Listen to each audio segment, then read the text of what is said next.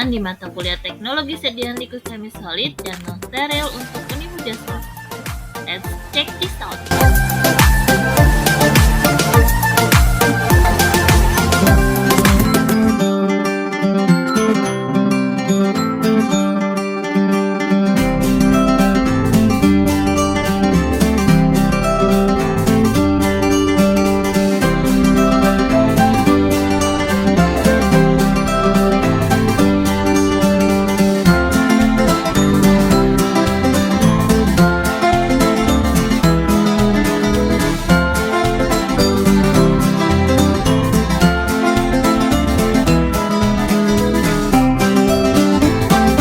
Baik, kita masuk ke sesi preformulasi 1 sediaan liquid.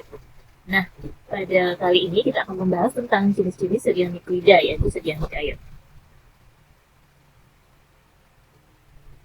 Yang pertama adalah sediaan sirup.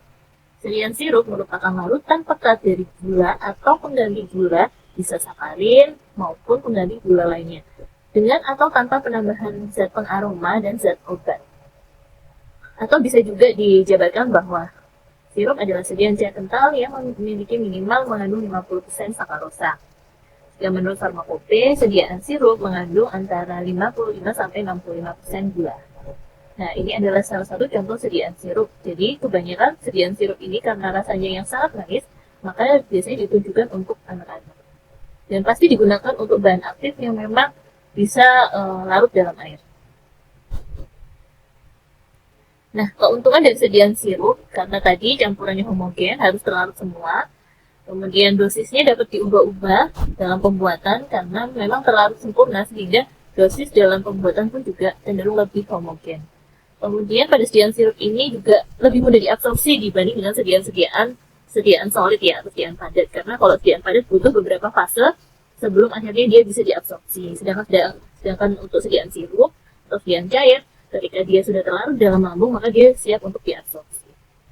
Nah, keuntungannya juga dia mempunyai rasa yang manis, sehingga sangat acceptable untuk pasien, terutama pasien anak-anak. Kemudian mudah juga diberi aroma dan juga warna yang senada dengan rasanya. Jangan kalau misalnya aromanya itu pisang ya, kemudian rasanya stroberi, kan jadi tidak sinkron ya, jadi orang bingung lah, ini sebenarnya rasanya apa, seperti itu. Kemudian juga sediaan sirup ini membantu pasien yang mendapat kesulitan dalam menelan obat.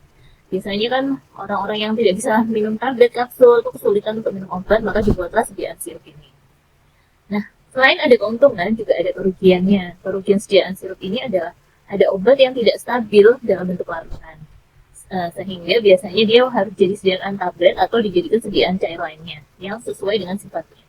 Kemudian karena volume bentuk larutan itu besar, otomatis dalam distribusi ke pasien dan juga ke toko-toko obat atau apotek itu menjadi lebih besar ya, menjadi lebih berat seperti itu. Karena kalau tablet itu satu truk mungkin bisa jadi 1000 ya, 1000 box. Nah, kalau misalnya sediaan cair ini mungkin hanya berapa kotak box, seperti 20 dan sebagainya. Ada juga yang suka ditutupi rasa dan baunya di dalam sirup. Jadi kalau rasanya sudah sangat-sangat pahit, itu tidak bisa maksimal karena penambahannya adalah 65%, sehingga sebaiknya diberikan dalam bentuk yang lainnya. Oke, kita masuk ke jenis sediaan yang kedua, yaitu adalah sediaan eliksir. Nah, sediaan eliksir ini merupakan larutan hidroalkohol yang jernih dan manis yang dimaksudkan untuk penggunaan vital dan biasanya diberi rasa untuk menambah kelezatan. Mirip dengan sediaan sirup, jadi wajib jernih ya kalau sediaan eliksir dan sirup. Cuman rasanya lebih cenderung manis yang sirup daripada eliksir. Nah, untuk eliksir ini perbedaannya adalah dia mengandung etanol. Biasanya etanolnya antara 3-44%, tapi yang ada di Indonesia hanya sampai 10% maksimal. Karena negara Indonesia kan hampir sebagian besar adalah muslim, sehingga ada pembatasan jumlah etanol yang diperbolehkan. Nah, eliksir yang mengandung alkohol lebih dari 10-12%, nah dia bisa juga berfungsi ganda selain larut dari bahan aktif itu sebagai pengawet. Eliksir juga biasanya dibandingkan sirup dia kurang manis dan kurang kental karena mengandung gula yang lebih sedikit. Jadi biasanya eliksir ini tetap ditambah pengental supaya nanti dia bisa dituang. Contohnya eliksir macam-macam ya, ada batukin, obat kumur itu, kemudian eliksir paracetamol juga ada. Jadi untuk bahan-bahan yang memang diinginkan homogen dan bisa larut dalam air itu dilarutkan dengan alkohol, maka dibuat sediaan eliksir. Dengan keuntungan dan kerugian sediaan eliksir adalah dia mudah ditelan. Untuk keuntungannya yang pertama mudah ditelan ya, karena dia dalam bentuk cair, jadi lebih mudah untuk menggunakannya. Kemudian lebih mudah menutup rasa dan bau, kecuali benar-benar baunya itu menyengat ya, itu nggak bisa. Karena dengan adanya alkohol itu kan membantu kelarutan. Sehingga bahan-bahan yang biasanya pengaroma, perasa itu lebih larut dalam air. Lalu penyerapan obat lebih cepat sama seperti sirup ya, karena dia langsung diserap atau diabsorpsi ke seluruh tubuh. Kerugiannya adalah ketepatan dosis bergantung kemampuan menakar, karena sediaan cair kan rata-rata memang ada sendok takarnya ya, kita biasanya ada garisnya. Nah, satu orang dengan orang lain akan menakar itu berbeda-beda, jadi tergantung kalau ada yang silinder lupa pakai kacamata ya, nanti dia akan beda ngambilnya. Ada juga pasien yang biasanya beli obat sudah ada sendok takarnya, diminum langsung satu botol itu juga ada. Nah, itu benar-benar tergantung dari ketepatan dosis dan bagaimana cara kita mengkomunikasikan kepada pasien. Kemudian yang kedua, stabilitasnya cenderung rendah karena sediaan air cair itu kan mengandung air yang cukup banyak ya. Pastinya faktor-faktor dari mikroba itu sangat besar ya, apalagi kita suka buka tutup sediaan seperti itu. Dan bersifat voluminous tadi mempengaruhi distribusi. Oke, sediaan cair yang ketiga adalah kita kenalan dengan suspensi. Nah, suspensi ini adalah sediaan cair yang mengandung satu atau lebih bahan aktif yang tidak larut. Jadi bahan aktif padatnya tidak larut yang terdispersi dalam medium cair. Biasanya mediumnya adalah air. Jadi suspensi ini adalah salah satu dari golongan tadi yang disebutkan di awal. Dalam sediaan cair itu ada dua ya, monofase dan difase. Di mana monofase itu terlarut homogen seperti eliksir dan juga sirup. Kalau difase ini dia mempunyai dua fase. Jadi sebenarnya dia ada dua fase, tapi akan terlihat seperti satu fase karena dia ditambahkan bahan tambahan yang membuat sediaan tersebut menjadi terlihat satu fase. Padahal itu sebenarnya ada dua fase yang dicampurkan. Nah, contohnya apa penggunaan suspensi? Jadi kalau suspensi itu nggak jernih ya, biasanya dia seperti koloid atau agak-agak keruh. Untuk topical suspension ini biasanya kayak bedak-bedak untuk jerawat atau kalamin topical itu biasanya dibentuk sediaan suspensi karena diinginkan kan agak cair gitu ya. Kemudian ada juga oral aqua suspension ya, jadi suspensi yang digunakan untuk sediaan oral macam-macam. Biasanya kalau di Indonesia ini antasida. Antasida ini kan bahan aktifnya memang tidak larut dalam air, sehingga karena dia lokasinya di lambung lebih cepat kan, apalagi kita gunakan sediaan cair supaya kerjanya cepat. Kemudian dry syrup. Nah, dry syrup ini juga termasuk sediaan suspensi bila ditinjau menurut penggunaannya. Jadi contohnya adalah beberapa antibiotik ya yang tidak bisa larut dibuat sediaan dry syrup. Nanti akan kita bahas seperti apa dry syrup tersebut. Oke. Next adalah keuntungan dan kerugian sediaan suspensi. Jadi yang pertama adalah sediaan suspensi ini keuntungannya baik digunakan untuk orang yang sulit mengkonsumsi sediaan padat. Itu berlaku untuk semua sediaan cair ya. Homogenitasnya cukup tinggi ya. Karena tadi suspensi itu sediaan cair yang telah ditambahkan bahan tambahan sehingga si partikel padatnya itu terdispersi merata. Tapi hati-hati kalau misalnya dia mengendap harus dikocok terlebih dahulu sebelum digunakan. Kemudian lebih mudah diabsorpsi karena tadi dalam bentuk cairan, serta menutupi rasa tidak enak atau pahit. Jadi kalau misalnya obatnya itu sangat pahit dan sangat greasy, biasanya dibuat sediaan suspensi. Karena kalau sediaan sirup itu kan masih ada rasa pahitnya. Kalau suspensi karena dia tidak terlarut, maka rasa pahitnya itu semakin pudar seperti itu. Dapat mengurangi penguraian zat aktif yang tidak stabil dalam air juga. Jadi karena dia bentuknya suspensi, dia tidak terlalu campur dengan air sehingga mengurangi terjadinya kontak dengan air.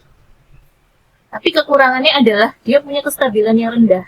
Karena itu tadi ya, semua sediaan cair itu pasti ada airnya. Mau nggak mau dia akan lebih tidak stabil dibandingkan dengan sediaan solid atau padat.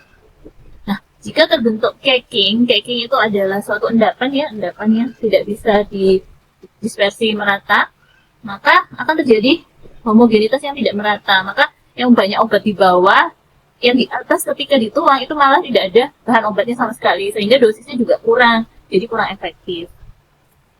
Kemudian alirannya yang terlalu kental. Ya kalau misalnya di suspensi itu kan karena ada bahan padatnya pasti lebih kental ya, sehingga kalau kita tuang itu agak susah.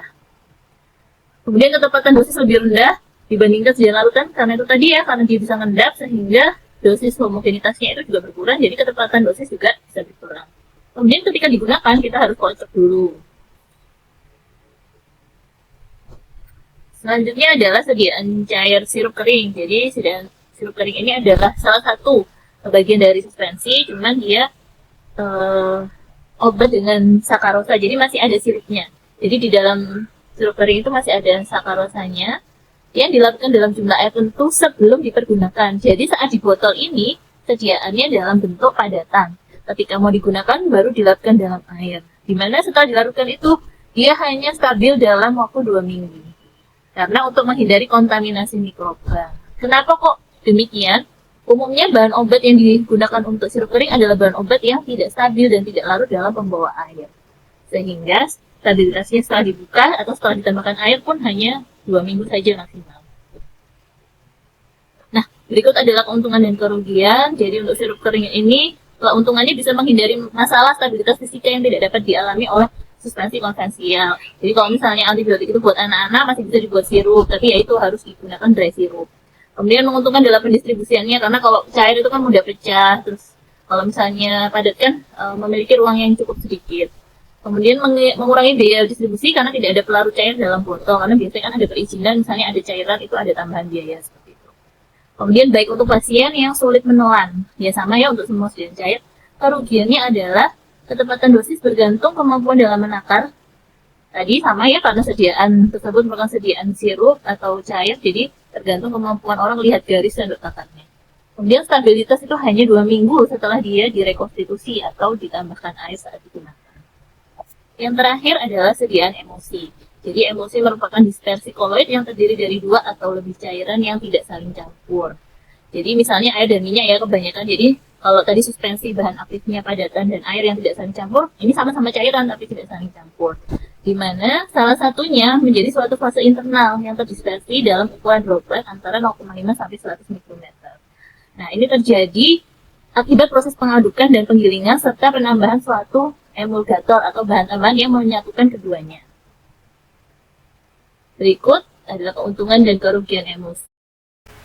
Keuntungan yang pertama dari sediaan emulsi, yang pertama, bila emulsi tersebut digunakan untuk internal, yaitu secara oral, pertama, rasa obat fase minyak akan tersamarkan karena dibentuk sediaan emulsi yang dapat diberikan perasa dan juga diberikan aroma. Kemudian dapat membawa obat yang larut dalam fase minyak karena ada beberapa obat yang memang tidak bisa tercampurkan dengan air. Contohnya adalah untuk vitamin dan mineral seperti minyak kanvot. Seperti itu dia juga tidak larut dalam air sehingga perlu dilakukan modifikasi menjadi bentuk emulsi. Kemudian juga ada beberapa emulsi yang digunakan untuk mengontrol pelepasan. Karena dibuat dalam suatu droplet, maka membutuhkan waktu yang agak lama dibandingkan dengan sediaan cair yang lainnya untuk melepaskan bahan obat dari campuran tersebut. Sedangkan untuk penggunaan eksternal, emulsi ini bisa digunakan secara cair maupun semi-solid. Yang pertama, apabila eksternal, maka daya sebar lebih besar daripada larutan dan suspensi. Kemudian dia mudah tercucikan karena juga dia bisa tercampurkan dengan air ya, karena air juga tercampur dengan air, maka pencuciannya semakin mudah. Kemudian dia juga lebih elegan kalau dijadikan kosmetik dibandingkan suspensi, karena kalau kosmetik suspensi itu rasanya lebih greasy ya, ada partikel padatnya, tapi kalau emulsi itu sudah dalam bentuk cair semua. Kemudian untuk negatifnya atau kerugian dari emulsi adalah dia sulit diformulasikan karena harus mencampur 2 fase yang tidak tercampurkan. Sehingga dalam formulasi banyak sekali pertimbangan yang harus kita perhatikan, nanti akan dijelaskan pada tahap formulasi. Salah satunya adalah apakah benar emulsi yang kita buat itu sesuai minyak dalam air kah atau air dalam minyak. Nah, itu harus dievaluasi lebih lanjut. Yang kedua adalah emulsi ini mudah ditumbuhi mikroba karena adanya air yang bisa memicu pertumbuhan mikroba, karena air adalah sumber nutrisi mikroba ya, nutrisi dan juga sumber air dari mikroba untuk bertahan hidup. Kemudian kestabilan fisik dan kimianya terjamin dalam waktu lama karena dalam bentuk cairan ya, dalam bentuk cairan, dan juga ada fase minyak dan airnya seperti itu. Oke, mungkin itu tadi terkait penjelasan tentang bahan aktif. Selanjutnya adalah quiz time. Di quiz time ini kita akan membahas suatu kasus. Kasus ini akan dijawab oleh mahasiswa ya, kalian bisa menjawabnya via sinkronus atau asinkronus. Nanti akan kita lanjutkan di pertemuan setelah video pembelajaran ini. Jadi kasusnya adalah seorang farmasis bagian R&D mendapatkan sifat-sifat bahan aktif yang akan diformulasikan menjadi sediaan liquid sebagai berikut. Bahan aktif tersebut tidak larut air dan rasanya pahit bila dia terlarut. Kira-kira apakah jenis sediaan yang tepat pada kasus di atas? Kemudian mengapa terpilih sediaan tersebut?